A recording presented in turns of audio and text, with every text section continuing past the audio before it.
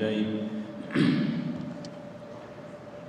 ونعوذ بالله من شرور أنفسنا ومن سيئات أعمالنا من يهده الله فهو المهتد ومن يضلل فلن تجد له وليا مرشدا أشهد أن لا إله إلا الله وحده لا شريك له وأشهد أن محمدا عبده ورسوله اللهم صل على سيدنا محمد وعلى آله وصحبه أجمعين رب اشرح لي صدري ويسر لي أمري واحلل عقدة من لساني يفقهوا قولي سبحانك لا علم لنا إلا ما علمتنا إنك أنت العليم الحكيم لا حول ولا قوة إلا بالله العلي العظيم أما بعد Saudara muslimah yang bersama sidang Hadirin mukminat, ibu-ibu, kakak, adik-adik yang dirahmati Allah sekalian, alhamdulillah, puji dan puja setinggi-tinggi kesyukuran kita panjatkan kepada Allah Subhanahu wa taala yang sekali lagi merezeki ruang sakinah, maghfirah dan rahmat ini untuk kita. Ruang ini Allah janjikan ketenangan. Sebab tu siapa yang dulu rumah pening, kepala banyak masalah, datang sinilah ya, ajak-ajak kawan-kawan tu. Kalau tak habis-habis cerita masalah, pening kepala, tak selesai-selesai. Memang kat dunia ni semua benda memeningkan. Itulah dunia. Siapa nak selesa, dia kena tinggalkan dunia, kena meninggal dunia, baru dia selesa. Sebab Nabi SAW kata, dunia darul bala wal imtihan. Dunia ni tempat bala dan tempat diuji. Dan sebenarnya ada satu tangkal azimat yang kalau kita tak ada, kita tak akan tenang. Tapi untuk pasti dunia ni selesa, tak ada apa-apa berlaku, tak ada ya, sebab kita jadi baik, orang kata kita tak baik. Apalagi memang kalau tak baik. Maka kita bersyukur pada Allah Subhanahu wa taala kerana merezekikan ada ruang-ruang yang dijanjikan rahmat, ketenangan dan ampunan ini untuk kita, iaitu majlis zikrullah, majlis ilmu seumpama pagi ini. Salawat dan salam untuk baginda Rasulullah sallallahu alaihi wa alihi wasallam yang sangat tenang, yang sangat bahagia walaupun gambaran zahirah hidup baginda bukanlah sempurna, bukanlah hebat macam kita, tapi betul lah kata baginda, ala wahyal qalb, ya, hati yang menjadi penentu kepada bahagia dan ketenangan kita. Alhamdulillah pada pagi ini ruang kita bersama lagi dan saya dipanggil untuk mengisi ruang pagi ini. Dan bila saya bincang dengan Puan Haji Ahmad, Diana, dia menganjurkan agar saya mengajar kitab yang saya mengajar sebenarnya malam di masjid ini. Tapi ialah mungkin Puan Haji tak ada kan. Jadi kita gunakan buku ini sebagai rujukan. Buku ini adalah buku berbicara tentang khusyuk solat. Belumkah sampai masanya? Ialah kita dah lama solat, tapi kita teringin juga nak tahu benda khusyuk ni kan. Jadi dia satu keperluan yang dalam kehidupan kita untuk solat dengan khusyuk. Ialah seorang yang bersolat sepatutnya dia dapat hakikat solat ataupun khasiat daripada solat. Tapi bila mana khusyuk yang sebenarnya roh pada solat ni kita tak dapat, kita tak bangunkan, maka apalah artinya sebatang tubuh kalau tak ada roh? Begitu perbincangannya. Perempuan cantik macam mana pun dah mati, nak buat apa? Lelaki gagah macam mana pun, hebat macam mana pun, tapi dah meninggal, nak buat macam mana? Itulah solat-solat yang didirikan tanpa khusyuk. Sebab itu buku yang saya susun ini, buku ni susunan saya sendiri ya, saya susun atas keperluan pengajian. Sebab saya ni memang guru yang mengajar fiqh solat. Kat mana-mana masjid orang kenal saya sebagai orang. Tapi selalu persoalan yang timbul, Ustaz, macam mana kita nak khusyuk solat? Jadi buku-buku dalam bahasa Melayu ini kurang dalam penulisan khusyuk solat. Maka Atas tuntutan itu saya menulis, dan saya rasa buku ini boleh membantu. Ya, sebab antara perbincangannya kita bertafakur tentang solat tanpa khusyuk sampai bila. Mungkin ini tiga perkara yang akan kita bincangkan hari ini. Solat ni untuk apa? Ya, dan yang ketiganya, apalah artinya solat tanpa khusyuk. Kemudian bab satu nanti kita berbicara tentang maksud dan hakikat khusyuk. Apa benda khusyuk ni kita nak tahu. Ya, khusyuk dalam istilah syarak pula. Pada bahasa apa, pada syarak apa. Bila kita nak kenal satu benda, kita kena tahu cerita dia. Khusyuk bukan syok. Khusyuk dan fakta sains memang ada berkait dengan kajian sains, bahawa hebatnya khusyuk ni sehingga orang bukan Islam pun mengusahakan satu amalan macam khusyuk, iaitu meditasi. Ya, ada orang merawat macam-macam sakit dengan meditation, akhirnya dia sembuh. Tapi orang Islam tak perlu, sebab dia ada solat. Malah kalau orang bermeditasi itu, dia hanya mengosongkan fikiran tanpa ikatan. Sedangkan orang Islam, dia mengosongkan fikiran dia untuk Tuhan. Lagi hebat. Ya, di situ dia berpaut pada benda yang jelas, yang maha hebat, yang maha kuasa, yang maha ampuh, maha murni, yang maha sejahtera. Tapi sayangnya kita solat hanya dengan rangka kosong tanpa rasa. Bab 2, kepentingan khusyuk, darjat seorang Muslim dalam solat, hukum dan tuntutan khusyuk, kepentingan khusyuk, mengapa perlu khusyuk, akibat solat tanpa khusyuk. Bab 3, halangan dan gangguan khusyuk, penghalang khusyuk, dan bentuk-bentuk gangguan syaitan ketika khusyuk. Bab 4, perkara asas mencapai khusyuk, asas-asas utama pembinaan khusyuk. Kedua, unsur-unsur pembantu mencapai khusyuk. Bab 5, sebelum solat, langkah-langkah menuju khusyuk. Sebelum solat, persiapan. Ketika solat, penghayatan. Selepas solat, kesopanan. Bab 6, ini yang paling praktikal, kesempurnaan khusyuk, memahami maksud bacaan dan perlakuan solat. Semua kita kena faham kenapa rukuk macam tu, apa tujuannya. Kenapa kita tak dahi kat bawah ketika sujud tu, apa tujuannya. Semua dibincangkan. Juga bacaan-bacaan. Ini panjang sikit bab ni. Sampai perkara sujud sahwi pun kita kena faham kenapa kita sujud sahwi, bukan sujud sahaja, tapi kita hayati gerakan itu dan bacaannya. Bab 7 nanti, zikir-zikir selepas solat. Dia bukan dendangan kosong, tapi penuh penghayatan, penuh kefahaman, penuh tautan hati dengan Allah Subhanahu wa taala. Kemudian doa. Adab ketika berdoa, doa-doa pilihan, doa-doa daripada Al-Quran dan kita terjemahkan.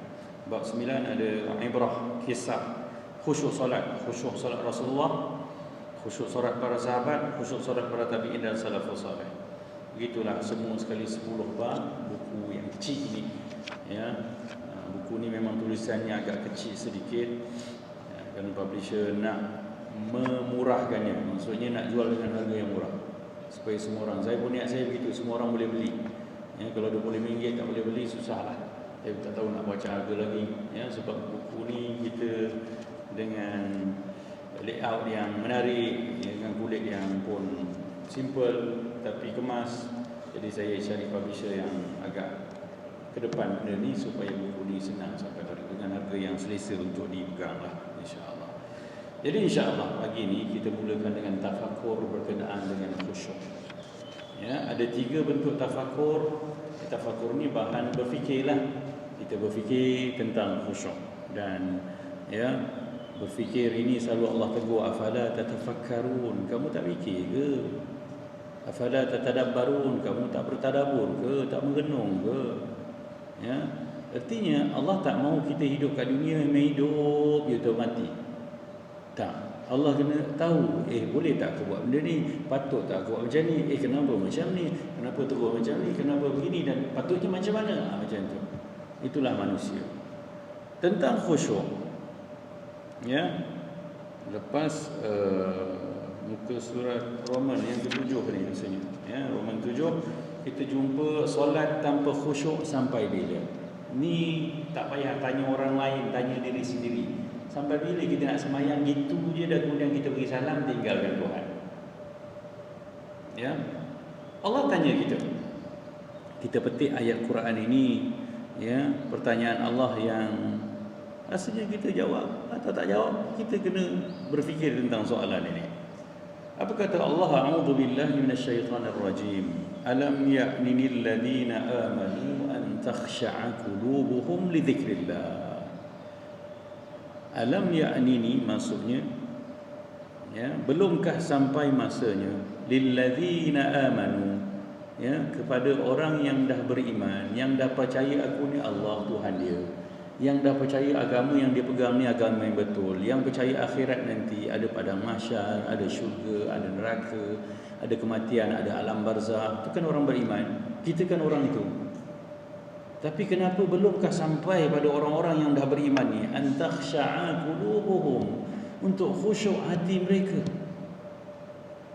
untuk khusyuk hati mereka li dzikrillah, bagi mengingati Allah. Tak boleh-boleh khusyuknya Allah. Kalau dah ada cerita neraka dalam kepala kita, dah ada cerita syurga dalam hati kita, dah ada perkiraan pahala dan dosa dalam hidup kita, kenapa tak boleh khusyuk ingat Allah? Ya, ayat ni Allah tak sebut pasal semayang sebenarnya, tapi kalimah khusyuk di situ. Dan kalaulah dalam ketika ruang formal kita tak boleh ingat Allah, ruang memang menghadap Allah, semayang kan ada Allah, sebut Allahu Akbar pun tak, dalam hati tak ada Allah, macam mana agaknya kalau ruang-ruang begini, ruang-ruang kat pasar, ruang-ruang sembang, ruang kat kedai, ruang kat mall, lagi tak ada Allah. Jadi Allah tanya kita, belum sampai ke masanya? Okey, belum tibakah masanya untuk kita khusyuk menyembah Allah? Belum cukup lagikah kelekaan dan kelalaian terus kita biarkan ketika solat? Ada orang dah 30 tahun sembahyang, alhamdulillah, tapi tak pernah pun dalam solat dia ingat Allah. Dia tahu dia sembahyang habis. Dan orang kita ada satu slogan hidup dia, kalau kita tanya kenapa sembahyang, dia jawab, kalau tak sembahyang kan masuk neraka pula. Adakah itu je tujuan solat itu? Ingat Allah suka sangat nak masukkan kita dalam neraka? Tak, puan-puan. Allah ni bila mana dia programkan atau syariatkan satu dalam kehidupan makhluk yang paling dia sayang ni, ya, laqad khalaqnal insana fi ahsani taqwim, dia kata kami bentuk, kami ciptakan manusia ni dengan sebaik-baik struktur pembentukan. Kepala dia ke atas tinggi supaya dia lebih berfikir.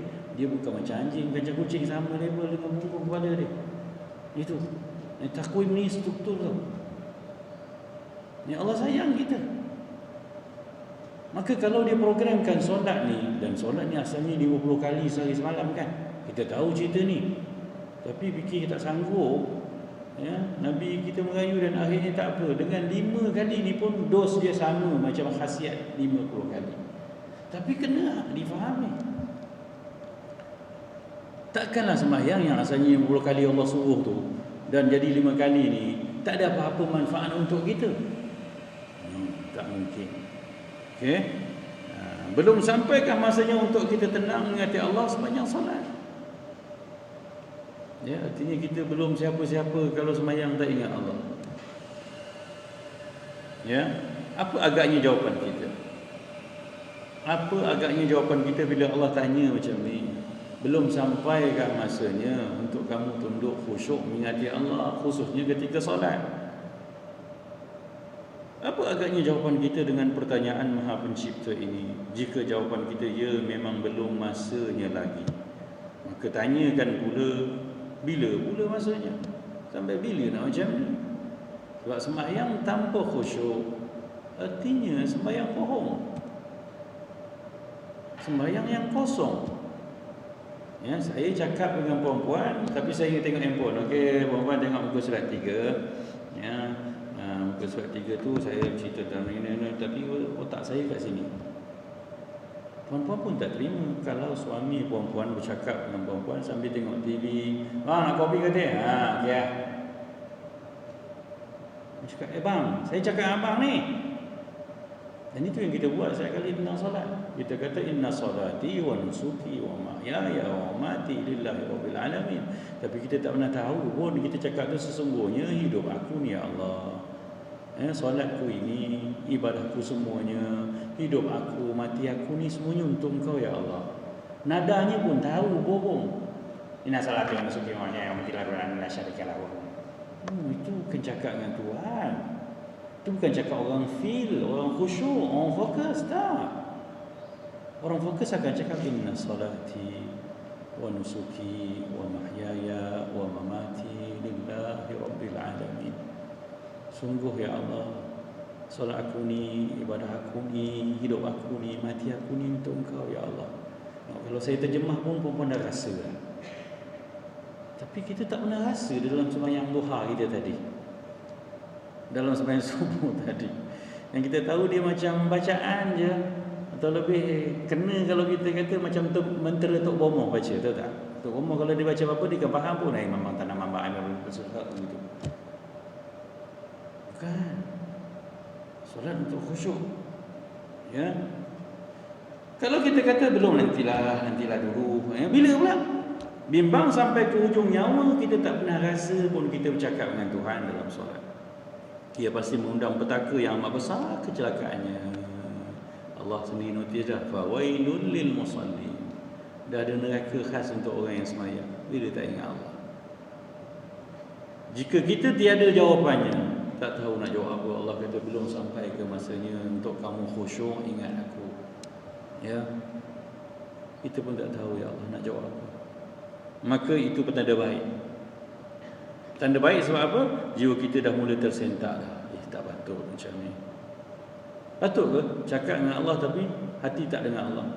Cakap dengan orang pun kalau hati ke lain, orang tahu, apatah lagi Allah Subhanahu wa ta'ala alimun bi dzati sudur, yang tahu benda dalam hati kita.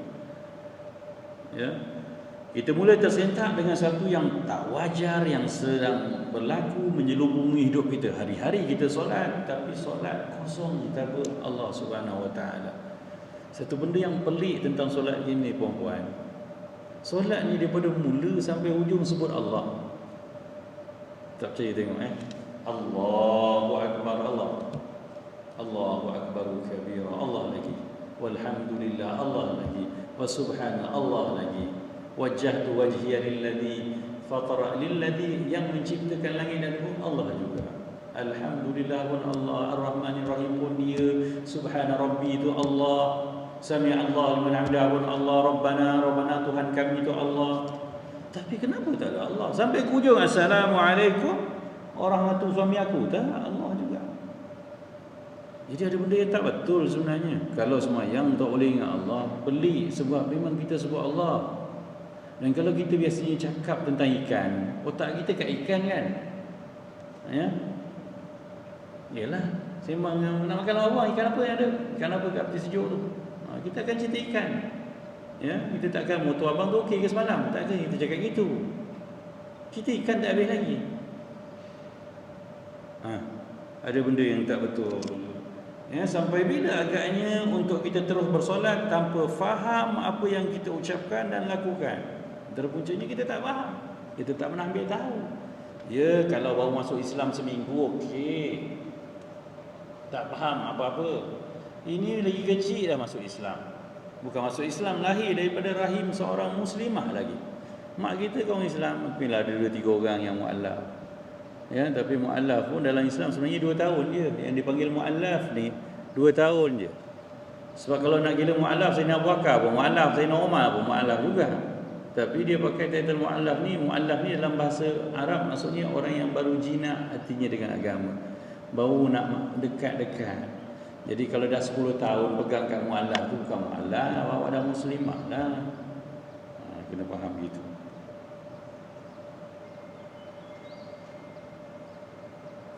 Apatah lagi untuk menghayatinya kalau faham pun tak. Ya, Maliki Yaumiddin, pemilik hari pembalasan. Itu yang kita terjemahkan faham. Faham tak maksudnya apa? Hari itu tak ada siapa boleh tolong siapa melainkan dengan izin Allah.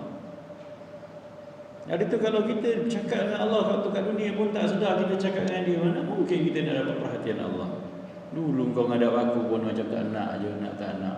Sekarang macam mana nak minta syafaat, nak minta rahmat Allah Subhanahu wa ta'ala. Sampai bila agaknya kita akan terus bersolat dengan rangka yang kosong, tanpa jiwa, berdiri tegak, rukuk dan sujud yang dusta, tanpa sebarang rasa ketundukan. Sampai sujud terbayang nak pergi mall lepas ni, baju itu cantik, duit pun alhamdulillah dah dapat dah, suami bagi. Bukan tu ruang dia sujud dengan Tuhan. Dan kena berhenti begitu, tak boleh terus-terus begitu. Sebab semayang bukannya lama. Untuk kita ganggu dengan benda-benda yang tafih. Dalam bahasa Arab tafih ni lekeh, benda-benda kecil. Tuhan kita sebut Allahu Akbar, Tuhan the most greatest, yang paling besar ni. Tolonglah besarkan dia. Ucapan mulut biarlah selari dengan hati. Mana hati kita pergi, mana minda kita melari.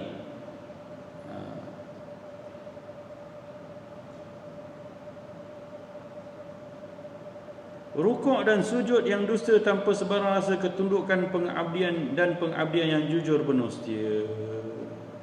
Yalah, dia puncanya sebab kita tak faham, kita tak sedar, kita tak hayati solat kita tu yang dia pergi merayau sana kemari.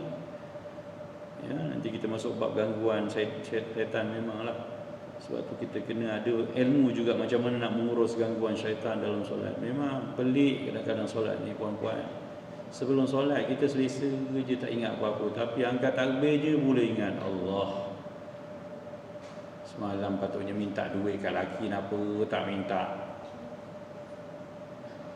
Tu dah masuk dah. Allah juga, tapi cerita lain. Dah. Barang Shopee semalam tak tekan lagi, baru masuk bakul tak beli lagi. Tengah baca surah Alhaakumut takatsur, ya, kamu telah dilekakan dengan perangai suka kumpul harta. Baca tapi memang kumpul harta tu.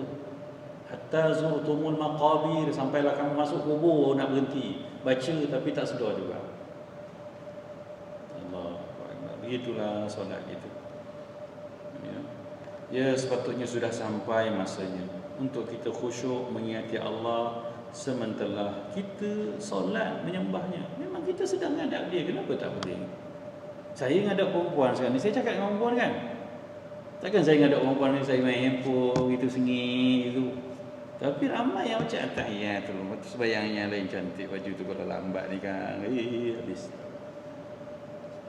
Allahu Akbar. Buruknya kelaku kita depan Tuhan. Tak patut.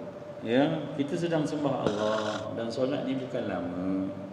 Yalah, kita nak selesai masalah ni. Saya bukan nak kata siapa-siapa, kita nak ni kata tafakur, berfikir benda-benda yang patut dan yang tak patut. Yang patut kita usahakan, yang tak patut kita hentikan.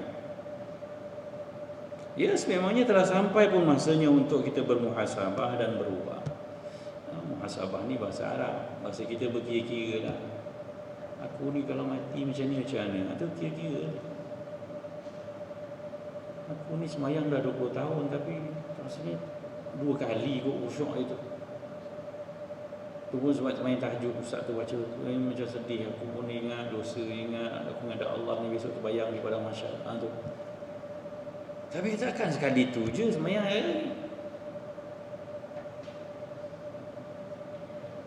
mengubah gaya pengabdian kehambaan kita yang kosong dan hanyut dalam kelekaan kepada persembahan solat yang padat dan syarat dengan penghayatan dan khusyukan. Kena ubah. Angkat takbir Allah, tu ada Allah. Ramai orang Allahu Akbar, otak masih biar. Ya, otak ke sana kemari. Ya, masih dalam kereta, masih kat rumah, masih kat dapur lagi. Allah, ikan aku tak keluarkan lagi, macam mana nak masak ni? Kalau sambil kuliah okey. Kalau solat tak boleh. Ya. Solat tak boleh. Solat tu sebab tu dia padat. Perasan tak kepadatan solat? Bergerak Allahu Akbar. Ya, diam pun baca. Lepas tu dalam nak gerak pindah pun sebut lagi Allahu Akbar. Dan di antara sebab intiqal tu sebut Allahu Akbar, berpindah tu kerana apa? Nak kembalikan ingat pada engkau sedang berada menghadap Tuhan yang Maha Besar. Nak sujud kan? Allah, kuat Allah sebut. Supaya tadi ingat ikan. No, kau sedang menghadap Tuhan yang Maha Besar. Ikan tu kecil sangat. Dah mati dah pun. Gitu. Ya. Jadi kita kena ubah gaya pengabdian kehambaan kita, solat yang kosong, hanyut dalam kelekaan kepada solat yang padat dan syarat dengan penghayatan. Orang yang sedar dia akan cakap wajah tu wajhi lillati fataras samawati wal ardh. Sakit dari dia aku hadapkan wajahku ni Allah yang banyak dosa ni kepada Engkau, Tuhan pencipta langit dan bumi. Aku datang lagi ya Allah, ngadap Engkau lagi, harap Engkau ampunkan aku lagi. Orang yang semayang macam ni perempuan, tahu dia dapat apa? Lepas semayang dia akan tenang, nyaman, dia akan baik, dia akan senyum pada semua orang, dia akan angkat tangan, dia akan lupa kejahatan orang, dia akan fikir dosa dia. Itulah yang menjadikan kita nyaman hidup kat dunia. Tapi kalau semayang kosong bohong, lepas semayang tu ingat, ya ajak ni datang lagi menyampah aku datang. Ingatkan dah mati dah orang tu ni. Baru lepas semayang tadi. Sebab semayang kita kosong, tak ada Allah SWT. Ya. Dan selagi mana hidup kita gitu, panggil kita memang tak akan berubah. Akhlak kita kasar, dia tak akan boleh memaafkan orang, kita hidup dengan dendam, akhirnya kita yang sakit sendiri. Kat dunia dah lah sakit, ke akhirat pun nanti lagi sakit. Walhamdulillah. Sungguh, ya, muka surat sebelah, sungguh ia bukan sekadar persoalan yang menagih jawapan. Yang Allah tanya tadi, alam ya'nil ladzina amanu an takhsha'a qulubuhum li dzikrillah. Belum sampai ke masanya untuk orang yang dah percaya aku ni Tuhan, kata Allah, untuk khusyuk hati dia ketika untuk ingat kepada aku. Maka sebenarnya ini bukan soalan yang nak suruh kita jawab, tak payah jawab. Ia bukan sekadar pertanyaan sebenarnya. Bukan Allah tanya, belum sampai ke? Belum ya Allah. Itu orang tanya, awak kat mana? Dia buat kenduri dia sampai kat mana? Kata sekejap lagi saya sampai. Itu okey. Ini Allah tanya, belum sampai ke masanya engkau nak ingat aku? Ya. Tak boleh ke solat nak khusyuk lagi? Ia bukan sekadar pertanyaan, ia sebenarnya teguran. Allah kata, hey, sampai bila nak macam ni? Kalau mak kita cakap, kau ni bila nak berubah? Itu bukan suruh jawab, nanti mak 2 tahun lagi saya berubah. Tak, bukan suruh jawab, tapi suruh bertindak. Kau ni bila nak begini? Abang kau tunggu dah tu. Itu bukan jawab, itu bukan nak jawapan. Takkan kita cakap, mak saya akan pergi 20 minit dari sekarang. Tak. Maknanya suruh bergegas berubah. Ya, mak kita kata pergi sekarang, abang dah tunggu tu, Tuhan dah tunggu kamu. Bukan perlu jawapan, tapi perlu perubahan. Sebab ini teguran Allah. Belum sampai ke untuk orang-orang yang dah percaya, dah beriman dengan aku dan hari akhirat, untuk khusyuk hati mereka, ingat pada aku, kata Allah. Ya, kita jawab, ya Allah, ya Allah, ya aku akan ingat engkau. Itu jawapan yang betul. Teguran Allah Subhanahu Wa Taala yang wajar menjadi peringatan dan membisikkan kesedaran, kena sedar. Dan saya menulis buku ni pun kerana terbaca ayat ni. Allah tanya, belum sampai ke masanya untuk khusyuk hati ingat Allah? Jadi ini tafakur pertama. Jadi jawapannya apa bila Allah tanya? Kita bukan nak jawab, tapi kita kata, ya Allah, ni betul. Tak patut aku macam ni. Aku kena ingat engkau dalam solat. Persoalan atau tafakur kedua kita adalah solat untuk apa? Kita kena jelas ni, solat untuk apa? Kalau tak, nanti kita solat aja gitu-gitu je. Dengan slogan yang saya sebut tadi, solat kenapa? Solat kan masuk neraka pula. Itu je lah. Kan? Mak kita pun, abah kita dulu cakap itu, semayang, nak masuk neraka, tak semayang. Itu je lah yang ada. Tapi mari kita tengok jawapan Allah. Kalau tadi teguran Allah pun ayat Quran, ni pun saya petik ayat Quran. Allah beritahu kita kenapa dia suruh kita solat. Kalau kita belum sedar apa tujuan dan kenapa kita bersolat, Allah Subhanahu Wa Taala secara terus terang memberitahu kepada kita begini, kata Allah. Ya, ini dalam surah Taha ayat 14. A'udzu billahi minasyaitonir rajim. Innani anallahu la ilaha illa ana fa'budni wa aqimis salata li dzikri. Innani anallah, kata Allah, sesungguhnya aku ni lah Allah. Ya, sebab tu Allah memang nama Tuhan kita. Sebab tu siapa nak guna nama Allah dengan maksud yang lain, kita tak lagi. Ya. Kalau dia nak kata Allah yang dimaksudkanlah yang satu daripada 3, no, salah. Sepatutnya kita pun tak boleh membenarkan. Tapi kalau dia macam cakap, ya, insya-Allah, ya, nanti Tuhan Allah tolong kamu, itu okey, betul. ya, dia bersama dengan kita. Kawan saya accident baru ni, orang India cakap, ya, dah terbaring dah dia kan, kaki dah patah. Dia ni baik, dia cakap bagi you punya, ingat number wife saya. Dia pun beritahu, ya, nanti saya cakap dengan isteri awak pada teruk ni, suruh dia berdoa pada Yang Maha Esa lah, supaya awak pun tak teruk sangat, cepat sembuh dan sebagainya.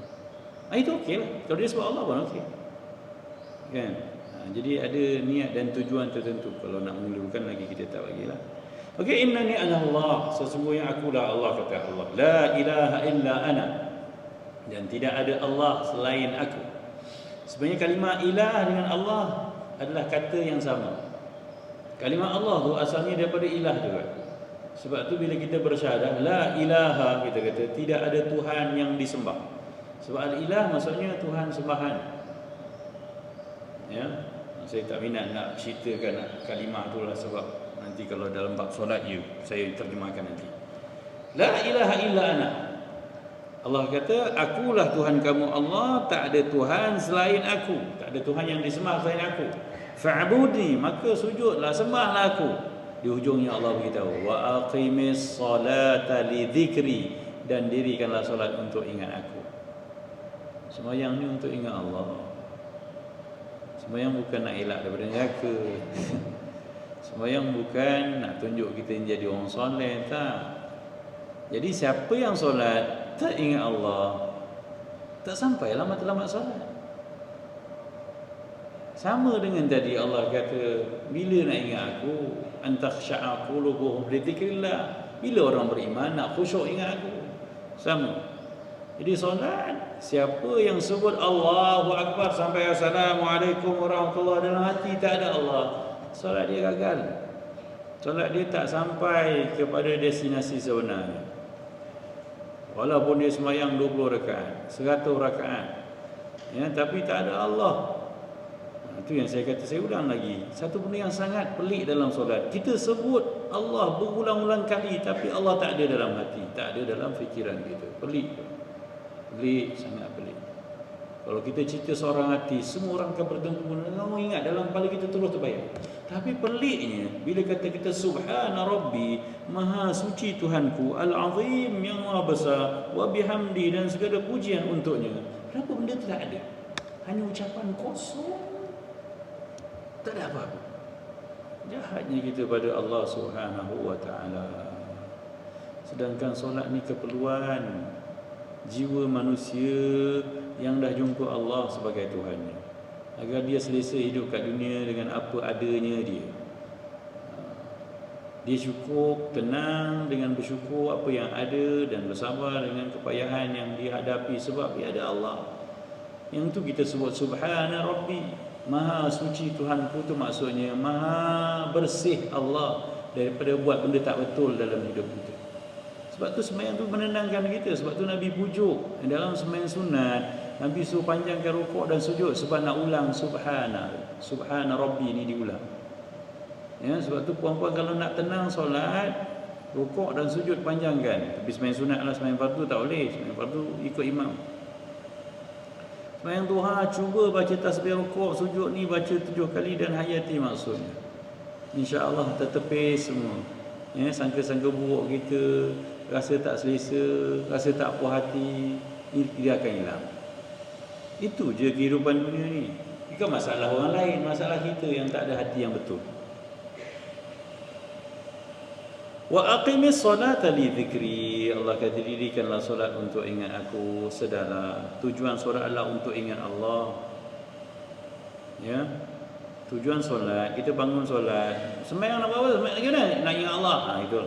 Nak gimana tu? Saya nak refresh ingatan saya pada Allah. Itu maksud pergi solat. Sesungguhnya tiada Tuhan yang layak disembah selain Allah, maka sembahlah dia dengan sepenuh jiwa raga. Kita ni dah beruntung sangat, dah jumpa Tuhan yang sebenar dah. La ilahu, tiada Tuhan sembahan. Artinya yang orang lain sembah, yang bukan saya, itu bukan Tuhan. Kita dah jumpa dah. Kenapa tak beri hak pada jiwa kita untuk tenang, berdamping, bermanja, bermesra, mengadu, bercakap, berintih dengan yang maha kuasa, yang maha mendengar segala ni. Tu sami-sami begitu setia baca mentera tu dengan dewa yang tongkol entah apa pun, tak benda-benda tu. tapi setianya dia buat. Itu pun ada ketenangan sebab hati dia bersandar dan dia khusyuk tu. Khusyuk pada benda yang tak memberi kesan. Cuma untuk menenangkan jiwa dia tenang. Sebab hati manusia ni dia bersandar pada satu benda, dia akan tenang. Bila dia yakin ada benda yang boleh membela dia, walaupun tak akan bela dia, ialah patung, mana boleh bela. Pun dia tenang. Meditasi juga begitu. Tapi orang Islam dia berpaut pada Tuhan Al-Azim, Al-Akbar dia sebut tu, Al-A'la wa bihamdih. Kenapa dia tak boleh tenang? Sebab dia tak sedar pun apa yang dia buat itu je. Kita tak tenang dalam hidup ni. Ya. Sebab apa? Kita tak sedar ketika ada Allah. Kita tak bercakap dengan Allah dalam keadaan sedar. Dan benda tu tak wajar. Sebab dalam kehidupan kita pun, kita kalau cakap dengan orang, kita cakap dengan sedar. Mana ada kita cakap dengan orang kedai, cakap nak ambil duit saya, tak apalah ambil semua. Tak. Kita akan ini duit saya tadi. Kalau tak sedar banyak kerugian kan. Ya, kita beli cekedis untuk anak kita, bagi duit RM50, kita tak sedar, kita keluar lah, dapat tak balik tak dapat, rugi. Ni silap cekedis pun tertinggal. Cucu kita ngamuk lagi, mana ni? Oh nenek tak sedar nak buat macam mana. Asyik tak sedar je hidup, rugilah. Semayang tak sedar lagi, rugi dah 30 tahun semayang tak sedar ni, tak boleh. Sebab semayang memang untuk ingat Allah. Ya. Sedarlah, sembah berserta ingat padanya. Kan kita tundukkan kepala ni, sembam kepala ni, cuba kita sujud kat kipas ni, dalam keadaan macam tu tak pasal-pasal. Tak, kita tak boleh, mana boleh. Sujud kat suami pun tak boleh. Tapi dah sujud pada Allah, kenapa tak sedar? Sedarlah, solat tanpa ingat Allah tidak sampai ke matlamatnya. Tak sampai. Ya. Buka Waze, buka map, tapi tak ikut jalan tu. Tak sampai juga lah. Awak kat mana? Entahlah, saya buka map ni, tapi saya malas nak ikut map ni lah. Ikut suka hati saya je lah. Tak boleh lah. Ya. Sungguh, solat tanpa ingat Allah adalah tidak sempurna, cacat dan tercela. Tak sempurna sebab tak sampai matlamat. Cacat sebab memang tak betul. Nenek tadi kan cacat tu. Dah nyanyuk tu, terlupa, tak sedar. Banyak benda. Kita pun kalau ada anak yang tak boleh mengingat banyak, dikira kurang mampu lah. Dan tercela. Tercela sebab apa? Terhina sebab apa? Keji sebab apa? Sebab kita cakap dengan Allah tapi hati kita tak ada. Cakap dengan bos pun, cakap dengan suami pun tak beradab kalau kita tak fokus. Ya. Kan adab kita dengan suami, bila suami panggil, kita kena datang dan cakap dengan dia sepenuh perhatian. Tak boleh gitu je. Abang nak apa bang? Okeylah, lebat nanti. Tak boleh macam tu. Habis dengan Tuhan. Tahiyatul barakatuh salawatullah. Assalamualaikum. Assalamualaikum. Habis. Tu buat apa tu? Semayang. Sebut Allah tapi tak sedar. Sedarlah, solat disyariatkan untuk membina ingat si hamba kepada penciptanya. Solat untuk apa? Untuk kita kembali ingat dia yang menciptakan kita. Sebab manusia ni bila dia sedar ada orang yang baik nak bela dia, dia tenang. Kita dikatalah ramai orang tak suka kita, tapi ada seorang ustazah ni baik sangat dengan kita. Apa masalah kita, dia akan layan, dia akan tinggal semua benda, dia akan cakap dengan kita. Satu alam damai yang nyampah dengan kita pun kita tak kisah. Senyum je kita. Sebab apa? Saya tak kisah pun. Saya tahu saya ada ustazah yang baik, nasihat saya banyak dah, saya kuat dah. Puan, kita ada Tuhan yang maha mendengar. Sampai dia perkenalkan, dia kata alimun bidhati sudur, dia tahu dalam hati. Intihan kita pun dia tahu. Tapi dah kita pun dengan dia macam acuh tak acuh, sudi tak sudi, macam mana dia tak tinggal kita. Rasulullah pernah sebut yang dalam satu hadis, ya, Allah terus berhadapan dengan hamba-Nya yang menghadapnya dengan hati dan wajahnya. Tapi bila hamba-Nya berpaling dalam solat, Allah biarkan dia. Bila kita pun orang dah cakap dengan kita, nak anak kita tinggal lah dia. Dia cakap kalau sampai tengok TV, kita mampu lah kau tinggal lah. Cakap dengan aku macam nak tak nak, dia tinggal lah. Itulah hak orang yang tidak memberi tumpuan pada orang lain. Yang dia tak beri tumpuan ni, Tuhan yang menentukan segala untuk kita. Berubahlah. Ya. Sungguh itulah tujuan dan matlamat solat. Kita nak ingat Allah bukan ingat pada benda yang lain. No, block. Bila Allahu Akbar, sebab tu ucapan mula solat Allahu Akbar, Allah yang paling besar, yang lain kecil.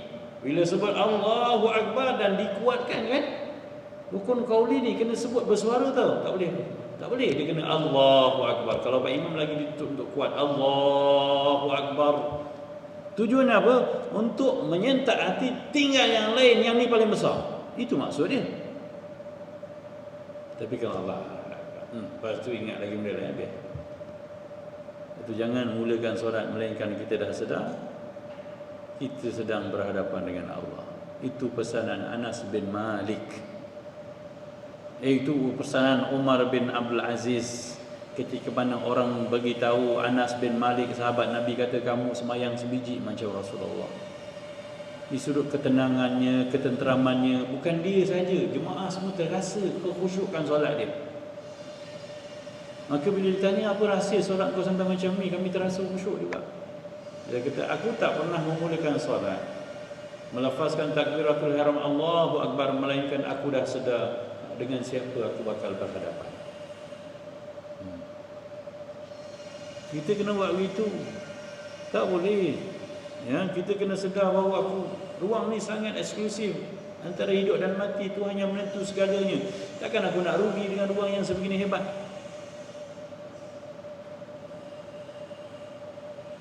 Sungguh itulah tujuan dan matlamat solat, untuk ingat Allah dan membesarkannya. Itu je.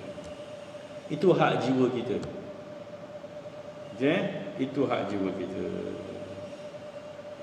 Kemudian bila mana Allah beritahu kita solat untuk ingat Allah, ya, solat ni tujuannya untuk ingat Allah, kita tertanya semula, ingat Allah nak buat apa?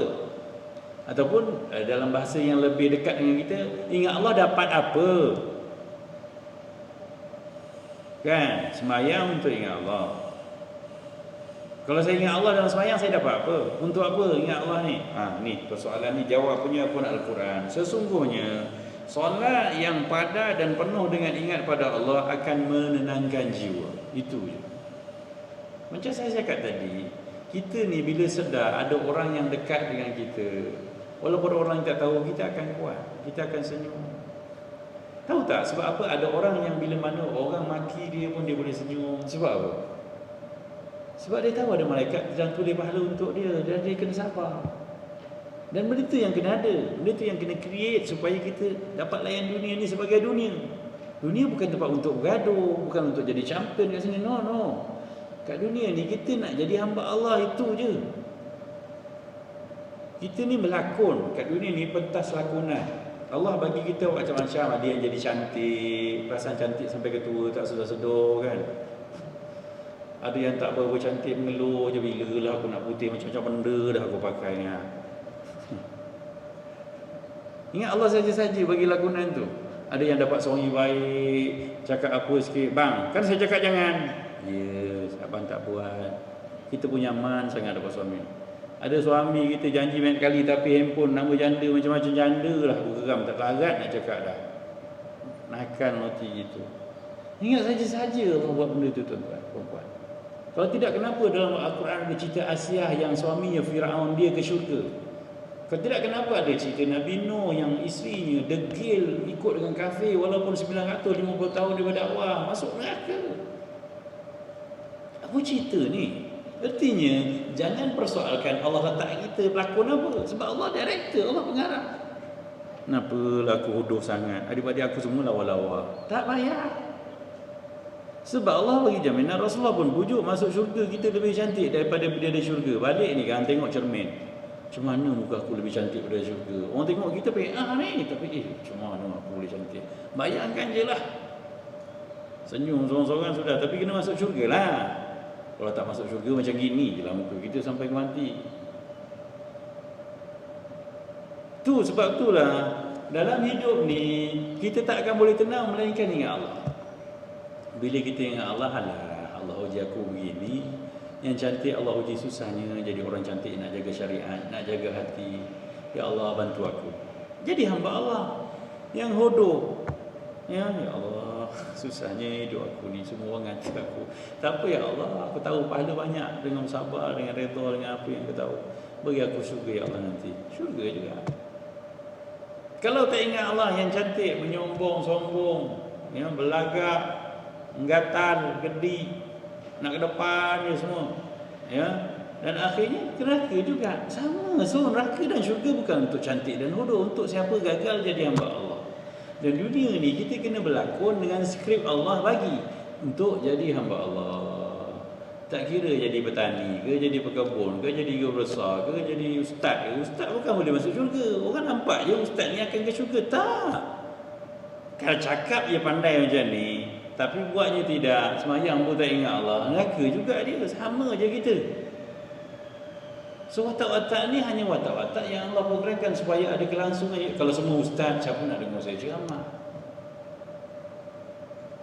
Kan? Kalau semua pula duduk kat rumah masak je, siapa pula datang kuliah? Sebab tu ada ruang-ruang yang Allah uji kita dengan ujian yang pelbagai macam. Yalah. Ya, orang kaya pun ada kegembiraannya, orang miskin pun ada kegembiraannya.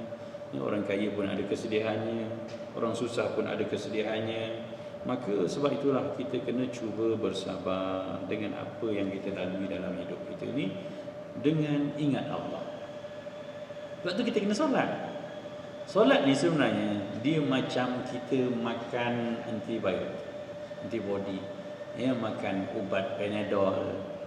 Dia bagi khasiat dalam badan kita untuk menepis halangan. Sebab tu semayang asalnya kena 50 kali baru kuat nak hadap dunia ni. Supaya orang kata pun saya senyum. Tak apa Kak, yalah saya salah, saya minta maaf je. Kalau tak ada Allah dalam hati, habis kau ingat aku je salah, habis kau tak salah. Tu skrip dia lain. Orang ingat Allah dengan orang yang tak ingat Allah. Ya, Kak dia kata akak macam-macam. Orang yang Allah tak apalah, nak macam mana, memang akak banyak kelemahan. Kalau nak cerita keburukan orang dia pun ada, saya apa akak tak nak lah cerita, susah lah. Benda-benda macam ni kita maafkan je lah dia. Itu orang ada Allah, yang sebenarnya khusyuk. Orang tak ada Allah, apa yang dia kata? Habis kau ingat aku tak tahu ayat dia apa? Tu aku malas je nak cerita. Kalau aku cerita kat kau pun lagi tak sanggup nak dengar tahu. Tu ayat syaitan keluar sebab tak ada Allah. Sebab tu kita kena ada Allah. Allah memang ada, tapi dalam hati kita tak ada.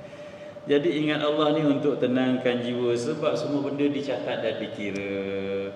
Jiwa yang tenang ialah keperluan setiap insan dalam mengharungi cabaran dan rintangan hidup di dunia. Itulah matlamat solat. Matlamat number 1. Solat bukan nak supaya orang cakap kita jadi baik. Dia bagus, semayang tak tinggal dah, masjid program semua pergi. Tak. Itu bukan cerita hamba Allah. Hamba Allah tak peduli benda tu. Hamba Allah tak cari benda tu. Dia hanya nak satu, ya Allah, aku nak tenang hidup dunia sementara. Gitulah.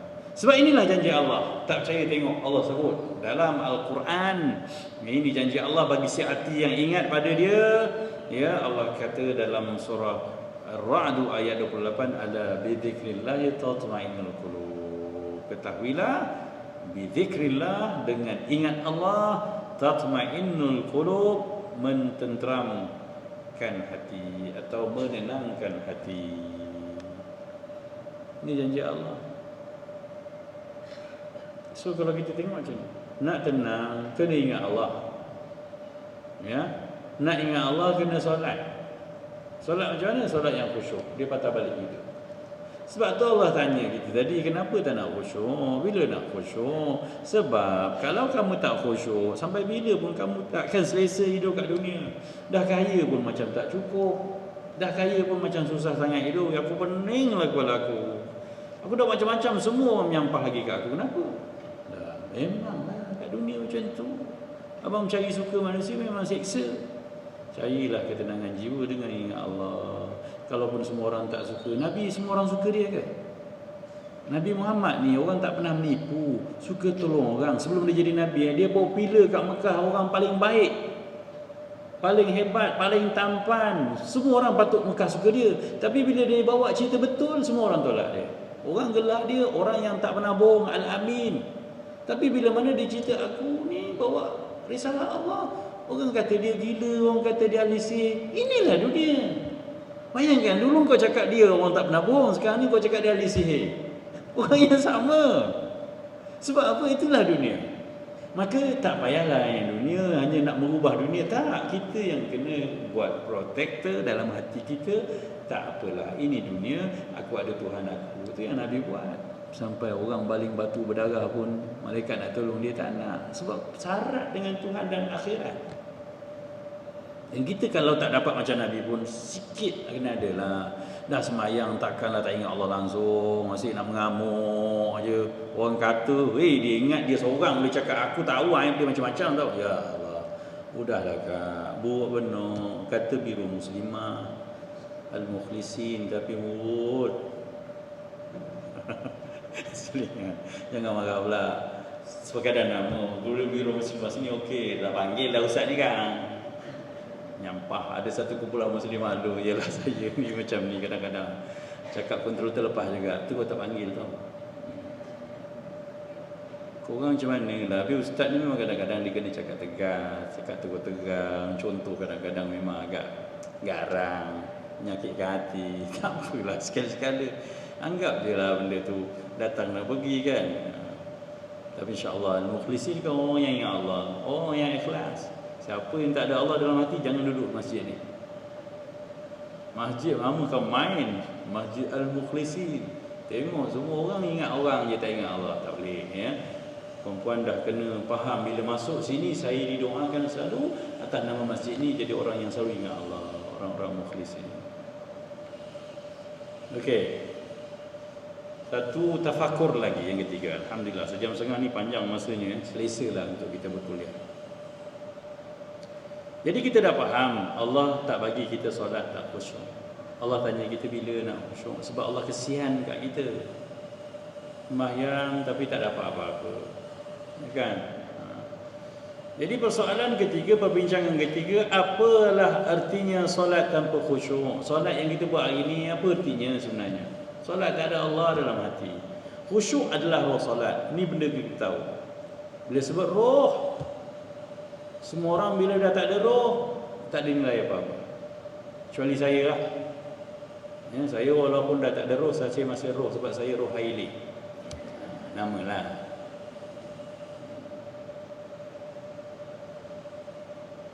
Artinya solat tanpa khusyuk ibarat jasad tanpa roh. Jasad tanpa roh. Kita ulang balik supaya berfikir. Ya, jasad yang mati dan tiada erti apa-apa lagi. Justru solat perlu didirikan dengan rasa khusyuk kerana itulah nyawa dia. Benda kalau dah tak bernyawa, tak boleh buat apa. Ya, jika diandaikan solat dengan seorang manusia, sebatang tubuh manusia, solat tanpa khusyuk umpama sekujur mayat yang telah kaku. Tu, walau cantik mana pun raut wajah seorang wanita, kalau dah meninggal dunia, Ratu cantik Malaysia ni lah, ya, dah insaf, dah pakai tudung dah, Allahu Akbar Ustaz, dia berminat dengan Ustaz, goyang saya kan. Yalah, kita manusia biasa, betul ke? Itulah dia sebut nama Ustaz banyak kali, dia kata tinggi kalau Ustaz boleh bimbing dia, Ustaz kalau macam tu ayat dia pun termenung gitu kan. Yalah, insya-Allah lah. Itulah dia teringin nak jumpa Ustaz.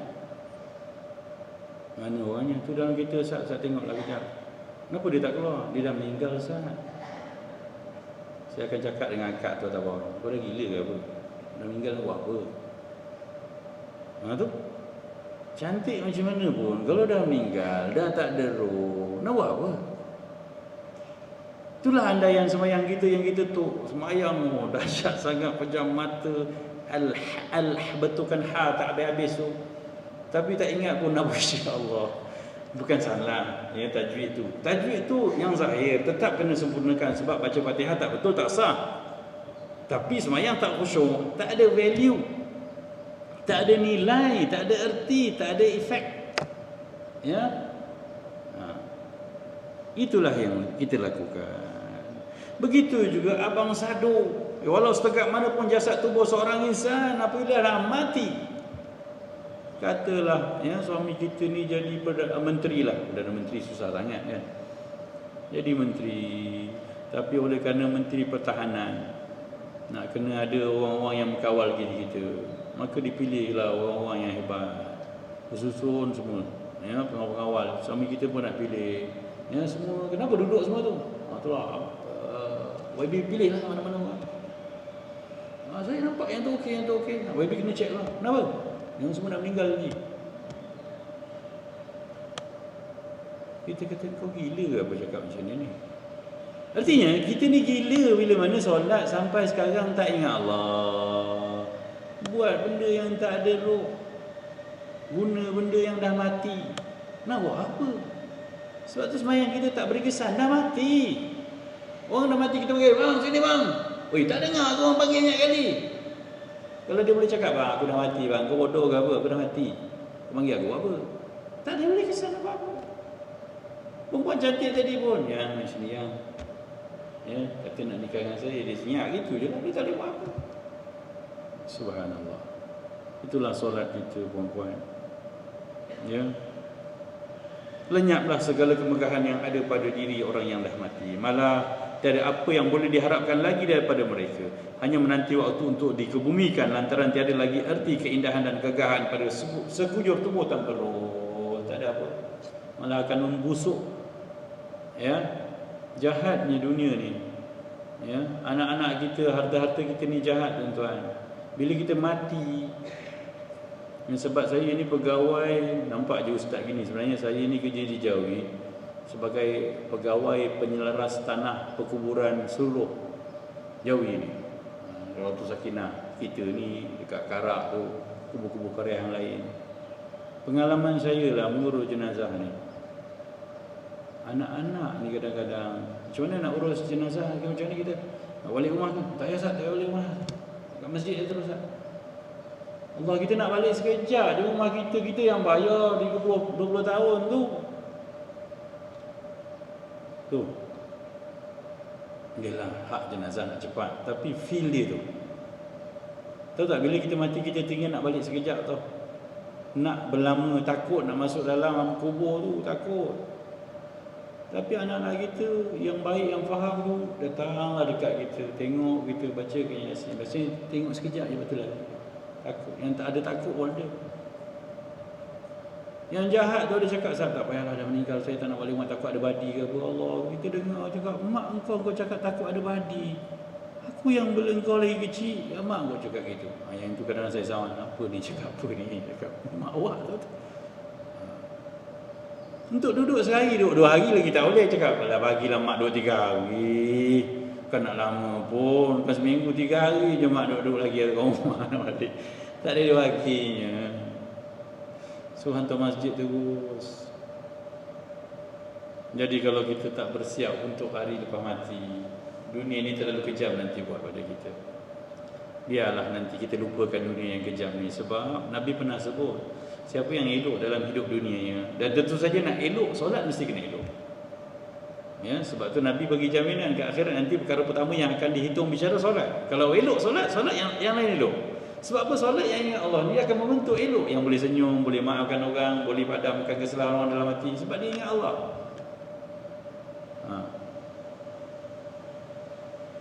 Jadi yang menanti kita nanti, orang yang solatnya elok, yang tenang hidupnya di dunia, banyak tenang, bersyukur dan bersabar, dia akan pergi ke dalam kubur dalam keadaan disambut oleh, ya, malaikat. Raudhah min riyadil jannah. Kubur ni kata Rasulullah sama ada jadi satu taman daripada taman syurga. Kita akan duduk kat sana, lupa dah anak bini kita, anak suami kita. Tak ada. Kita akan ditemani orang-orang yang indah, suasananya memang indah. Aw hufratun min hufarin nar, ataupun jadi satu jurang daripada lubuk daripada lubuk neraka. So sebab itulah yang menjadikan kita kesal, sangat sedih sangat dengan dunia yang kita tinggalkan bila mana kita gagal hidup selesa ke alam barzakh. Tapi bila mana kita dah dapat layanan best, kita akan lupa. Kita tak akan ingat dah dunia ini. Dan dunia memang untuk ditinggalkan, bukan untuk kita genggam sampai kita, ya, bergasak, bergaduh di atas dunia ni kerana nak mempertahankan dunia kita yang tak ada nilai apa pun. Nabi pernah sebut, kalau al-jinai dunia ni di sisi Allah sebelah sayap nyamuk pun, Kalaulah ada nilai dunia, lau kanat ad-dunya ta'dilu 'inda Allah janaha ba'udah. Kalaulah nilai dunia ni sebanding sebelah sayap nyamuk di sisi Allah, ma saqa minha kafiran abadan. Allah tak akan bagi orang kafir minum air seteguk pun daripada bumi ni. Tapi dunia ni tak ada nilai, lantaklah kau rebutlah apa pun. Milikilah semua yang kau nak. Ya. Tapi sebab dunia tak ada benda, maka Allah biarlah. Maka kita janganlah sampai kerana dunia kita gadaikan akhirat kita, gadaikan khusyuk kita, gadaikan watak kehambaan kita pada Allah. Dan kembali pada topik kita dan semua yang boleh membantu kita untuk selesa hidup dunia sebagai hamba Allah, solat kita lah. Solat yang khusyuk. Begitulah hakikat solat tanpa khusyuk yang dipersembahkan kepada Allah Azza wa Jalla. Justru wajarkah kita saban hari mempersembahkan jenazah solat kita kepada Allah. Nah ya Allah, nak ambil jenazah semua, mayat je semua. Tak cantik lah, ya, tak patutlah. Sesungguhnya solat tanpa khusyuk ialah petaka paling besar yang sedang melanda majoriti umat Islam hari ini. Betul tak? Ramai orang tak khusyuk solat. Dan tak ada siapa kisah pun. Ramai orang yang sembahyang, yang tak sembahyang dah ramai. Yang dah sembahyang tak ingat Allah pun ramai. Sedih pula kuliah hari ni dah. Macam tak best je ustaz kuliah hari ni. Tak sekali memang kena kuliah macam ni. Macam mana? Kalau tidak kita rasa kita bagus je lah. Kita rasa, saya Alhamdulillah. Yalah, Alhamdulillah ala kulli hal lah. Yang ni pun insya-Allah jadi baik lah. Kawan-kawan kita ada muhasabah, itu je. Tujuannya untuk mengajak kita berfikir, ada benda lagi aku nak perbaiki diri aku ni. Ya. Namun malangnya bagi siapa yang tiada siapa mempedulikan. Janji sembahyang sudah, tak khusyuk tak apalah. Semua tak kisah. Kan? Tiada siapa yang merisaukan kegagalan khusyuknya dalam solat. Tak ada siapa kisah. Ada tak orang sedih? Oh, aku sembahyang tak khusyuk lah. Tak ada. Yang ada sedih pun anak aku tak sembahyang lah. Tak apalah, yang tak sembahyang kita pujuk dulu. Yang kita dah solat ni kita baiki urusan ini. Bukankah tanpa khusyuk solat yang didirikan tidak menjanjikan apa-apa kejayaan? Ya. Solat kalau tak ada khusyuk, dia tak menjanjikan apa. Yalah, mayat mana boleh tu buat apa-apa. Jenazah tak ada buat apa-apa. Yang boleh berperanan membantu kita, ya, yang Allah kata wasta'inu bis sabri was salat, minta tolong dengan sabar dan solat tu, sebab solat tu menyedarkan kita ada Tuhan. Dalam solat kan kita kata banyak macam benda. Ya. Hanifan musliman wa ana minal musyrikin wa ana minal muslimin. Aku berserah diri pada Engkau ya Allah. Rabbi firli warhamni wajburni. Ya Allah, tampung kekurangan aku. Itu semua solat. Bukankah tanpa khusyuk solat yang dikerjakan tidak mendapat kesempurnaan ganjaran? Ini cerita pahala pula. Ya. Nabi pernah sebut sembahyang ni pahalanya bergantung otak kita kat mana. Ma'uqila minha, apa yang diakalkan padanya. Ya, sebab Nabi ada sebut ada orang dapat sembahyang ni 1/9 je daripada sembahyang dia. Sembahyang subuh tu bagi 10, dia dapat 1/9. Jadi mungkin tengah takbiratul ihram jadi ingat Allah, Allahu akbar, lepas tu tanya sampai bagi salam, dah habis dah. Maka rugi kita. Ya, sepatutnya kita dapatlah 9/9, ya, atau 10/10 terus. Bukankah tanpa khusyuk solat gagal menghalang perbuatan keji dan mungkar? Itu buktinya hari ni sembahyang tapi ngutuk orang, ngumpat orang, mengadu domba, cerita aib orang, tak berhenti-henti. Yang gambar bukan main pakai tudung cantik, tapi ayat kat TikTok dia, ayat kat Instagram dia bisa, kat Facebook dia ngutuk, ya Allah. Ya. Tapi bukan biru muslimah lah. Itu yang lain. Bukankah tanpa khusyuk solat gagal menjadi pembantu kita mengharungi cabaran hidup? Perasan tak dalam hidup kita ni musibah macam tu juga. Kan? Musibah tu tak macam tu. Nabi pun dia tiba musibah. Tapi dia sebenarnya cerita macam mana kita menghadapi musibah itu je. Sebab kalau kita tak sabar, kita tak redha, kita rugi. Benda tu macam tu juga. Orang aibkan kita, orang fitnah kita, macam tu juga. Tak boleh padam dah. Yang tak ada orang kata alhamdulillah fitnah kau dah tak ada. Yang orang tak ingat, semua orang dah lupa, dah tak ingat. Tak ada. Macam itulah juga kita. Nabi dituduh alisir lah dia orang kata.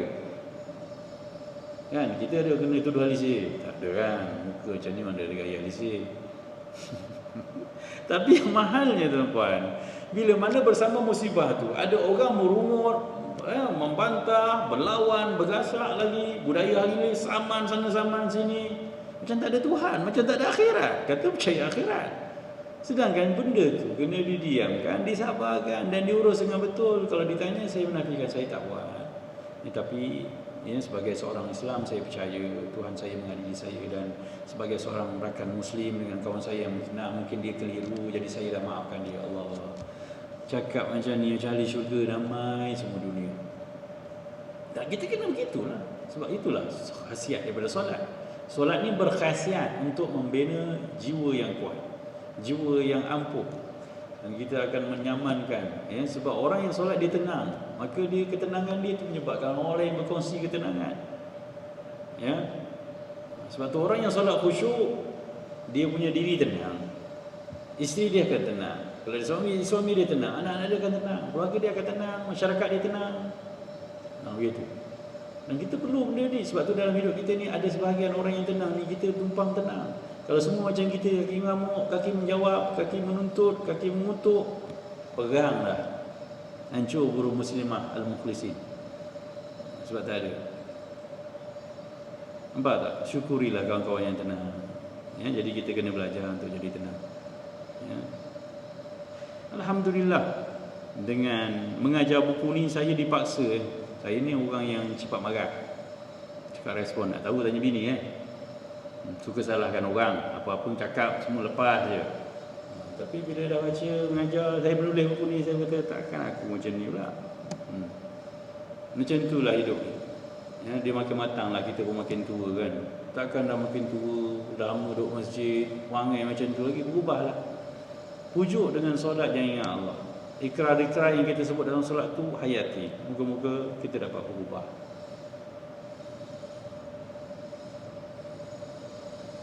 Bukankah tanpa khusyuk solat tidak mampu membekalkan ketenangan yang kita perlukan?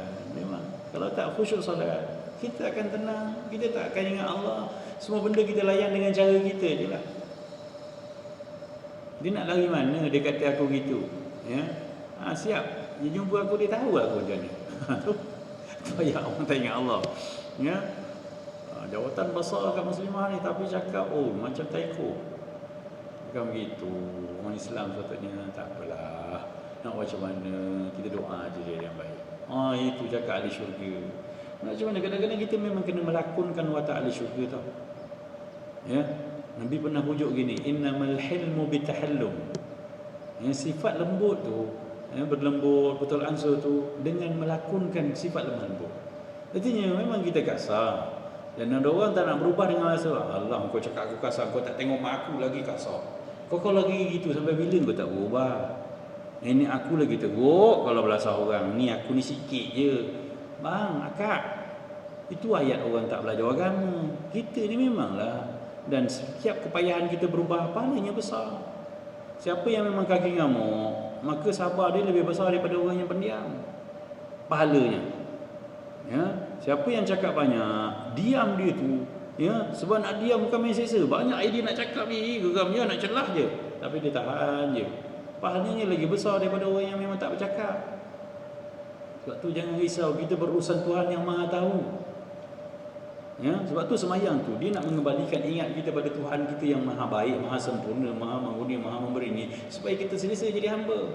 Walaupun kita sakit, tapi kita tak apa, Allah tahu aku susah ni. Sebab tu kita ulang lagi, bukankah tanpa khusyuk solat tidak mampu membekalkan ketenangan yang kita perlukan? Tak khusyuk, kita memang tak boleh tenang lah. Lantaran bukankah tanpa khusyuk solat yang dipersembahkan hanyalah lakonan dosa seorang hamba yang alpa di hadapan Tuhan? Tak patutlah, maknanya tak patut. Kita ingat Allah, biarlah ingat dia, besarkan dia. Dia maha besar, maha sempurna, maha mengetahui segala. Benarlah firman Allah yang tegas menyatakan betapa tanpa khusyuk tergagal mencapai sebarang kejayaan sebagai seorang yang telah beriman. Apa Allah kata? Qad aflahal mu'minun. Sungguh, ya, sungguh ni maksudnya pasti telah berjaya orang beriman. Artinya orang beriman sepatutnya dah berjaya. Tapi Allah bagi ciri pertama aja. Ya, siapa dia orang beriman yang berjaya tu? Allah kata alladzina hum fi salatihim khashi'un. Ciri nombor 1, iaitu orang yang bila ada Allah dia sedar dengan ada Allah. Saya terjemah bahasa kita ya, bahasa ini. Orang beriman ni yang nak berjaya dunia akhirat, dia tenang bahagia di dunia dan dapat habuan nikmat besar ke akhirat dengan syurga tu. Ciri dia ngada Allah, dia ingat, dia sedar dengan ada Allah. Yang mereka itu khusyuk dalam solat mereka. Apa dia maksudnya? Yang ada Allah sedar. Dan selagi mana kita semayang tak ingat Allah, kata dia Allahu Akbar tapi Allah tak besar-besar dalam hati, kita bukan siapa-siapa pun. Dan memang itulah kita lah. Kita lah orang ni. Kan perempuan je, saya pun sama. Maka ya, sebab itulah kita cuba berusaha dengan pengajian ni. Mula nak solat, jangan sombong, sebut nama Allah lillah ta'ala, untukmu ya Allah. Usallilah betul-betul. Salli ni sebab tu dalam mazhab kita, mazhab Syafi'i kata tetap sunat. Biarlah ustaz kata apa pun yang lain, ustaz kata bid'ah lah apalah, cakap saya perlu ustaz. Kenapa perlu apa? Salli. Sebab saya nak menyedarkan diri saya bahawa saya nak sembahyang, saya nak khusyuk. Usalli ni kalau kita terjemahkan maksudnya saya nak sembahyang. Fardhu dhuhri, sembahyang ni wajib atas saya pada waktu zuhur, 4 rakaat, 4 kali rukuk nanti saya pada Allah. Tu feel dia. Adaan saya sembahyang on time, saya cuba menjaga waktu solat lillahi ta'ala. Ya, untukmu ya Allah segalanya. Kan lebih rasa daripada kita sombong konon tak nak usolli Allahu Akbar. Boleh ke masuk Allah Maha Besar? Tak boleh. Sebab tu Imam Ghazali pun anjurkan baca Qul a'udzu birabbin nas. Tengok dalam kitab Hidayah. Baca Qul a'udzu birabbin nas, minta pelindung Allah daripada gangguan syaitan. Kan? Itulah keadaan. Itulah dia. Ya, ini merupakan pemula bicara kita, sekapur sirinya, tafakur sejenak. Solat tanpa khusyuk sampai bila? Solat untuk apa? Apalah artinya solat tanpa khusyuk? Moga-moga membangkitkan sedar kita. Betapa ada benda yang kita kena buat. Ya, insya-Allah pengajian akan datang. Saya benda ni dijadualkan kurang-kurangnya sebulan sekali lah kan. Pak perempuan ada buku ni tak sonok pula, ustaz hilang tu. Ustaz ni bawa buku batu tak datang. Pun satu perangai juga tu ustaz tu kan. Jadi insya-Allah ya, saya cuba menghadirkan diri kuliah yang dijadualkan walaupun sebulan sekali insya-Allah. Dan moga-moga ada sempat perbincangan bab satu lagi nanti lagi cantik. Perbincangan di sudut bahasa, apa maksud khusyuk pada bahasa. Kita sebut khusyuk. Rupanya khusyuk ni maksudnya tunduk. Khusyuk ni maksudnya tak banyak bergerak. Khusyuk juga maksudnya menghina diri pada Allah. Semua perbincangan yang akan kita lakukan pada pertemuan akan datang. Kita buka pada soal jawab. Buku ni nanti beritahu rusia lah, siapa tak dapat lagi saya cuba dapatkan lagi untuk kita akan datang. Saya rasa buku ni siapa beli pun tak rugi. Ya, antara benda yang akan jadi jariah kita apa besok ke akhirat, ilmu yang dimanfaatkan. Hari ni ilmu dah dibukukan senang. Perempuan beli buku, ya, kata perempuan tak tengok pun letak je kat rak. Mana nanti tahu ada seorang cucu baca, dia kata buku ni saya perlulah dibaca, dan dia ambil manfaat dan pahala pergi pada kita. Ya, buku tak habis tahu, saudara makan nasi habis, buku tak ada orang makan buku, tak tahulah kalau ada orang makan buku, mama habis beli buku makan habis. Tak ada, ni kita mati buku ni macam ni tapi letak baik eloklah. Itulah antara cerita kita. Kalau beli buku ilmiah, tuan-tuan jangan bimbang, jangan risau, sebab itu kira saham akhirat kita. Wabihi wallahu ta'ala. Kita buka perbincangan kalau ada, kalau tak ada kita tutup. Saya memang tak boleh pergi kuliah sampai sejam setengah. Dan saya tahu perempuan pun tak tangguh. Ya. Kaedah pembelajaran dia kalau lebih pada sejam suku, dia akan orang dah tak lupa tempuh. Dia tengok jam, dia tengok kipas, dia tengok peti sejuk dia tadi, ikan apa nak masak tengah hari ni, tak boleh tempuh dah. Jadi kita buka sembang. Ya.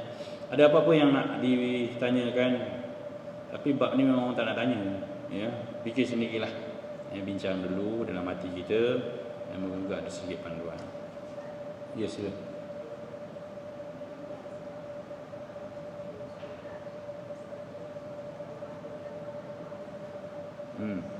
Yalah, mungkin antara sebab tak khusyuk sebab kita tak tahu apa yang kita sebut. Khusyuk ni maksudnya menghayati dan menyedari apa yang kita akan. Nak sedar macam mana kita tak tahu. Sebab tu dalam bab ni, bab 7 rasanya kita akan ada bab nanti kita word by word. Alhamdu. Apa maksudnya? Apa maksud alhamdu? Pujian yang macam mana? Ya, puji dengan syukur beza. Itu pun panjang ceritanya nanti. Tapi ya, jauh lagi lah ni bab ni, tak apa. Puan-puan yang dah ada buku boleh baca dulu. Nanti dalam kuliah-kuliah saya boleh bertanya. Dan memang patut dah, dan tak patut. Ya, kita drama, kita layan. Anda itu takdirnya, setiap kami dia ngamuk, isah balik, pujuk balik, sepak lagi, kahwin lain, lepas tu isah lagi. Tak larat tengok dah. Saya balik kuliah maghrib, kena balik isyak, benda apa cerita? Itu kata dah baik dah ni gaduh lagi pasal apa? Yang itu pun ni, bini kita layan. Takkanlah semayang yang lebih penting kita tak bagi ambil tahu, kan? Maksud saya banyak masa kita bazirkan untuk benda-benda tak perlu, cerita entah apa-apa gitu kan. Patut tak tengok dah cerita macam tu. Dah nak tengok juga best kan. Tak follow lagi benda tak tahulah. Yalah, saya tak follow lah. Tapi ceritanya ada cerita lebih besar dalam hidup kita yang kita kena tumpu. Ya. Dan puan-puan yang baca buku, sebab saya ketika menceritakan, saya potong-potong macam dalam buku ni bismillah masuk apa, ar-rahman ar-rahim. Tapi kalau dalam kuliah nanti saya jelaskan lagi. Dan setiap terjemahan bacaan tu kita ulas feel dia macam mana, praktikal khusyuknya macam mana. Kita bagi panduan lah. Praktikal kesempurnaan sebagai contoh praktikal kita ambil beberapa surah penghayatan. Begitulah. Moga-moga ada kebaikan dengan pertemuan kita pagi ini. Bismillahirrahmanirrahim. Alhamdulillahirabbil alamin. Wassalatu wassalamu ala asyrafil anbiya'i wal mursalin sayyidina Muhammadin wa ala alihi wa sahbihi ajma'in. Allahumma 'allimna ma yanfa'una wa anfa'na bima 'allamtana. Rabbana la tufarriqna ila an dhanbin maghfur wa 'aibin mastur wa tijaratin lan tabur bi rahmatika ya 'azizu ya ghafur ya 'alima ma fis sudur akhrijna ya Allah min adh-dhulumati ila an-nur. Sallallahu alaihi sayyidina Muhammadin wa ala alihi wa sahbihi wa baraka wa sallam. Alhamdulillah.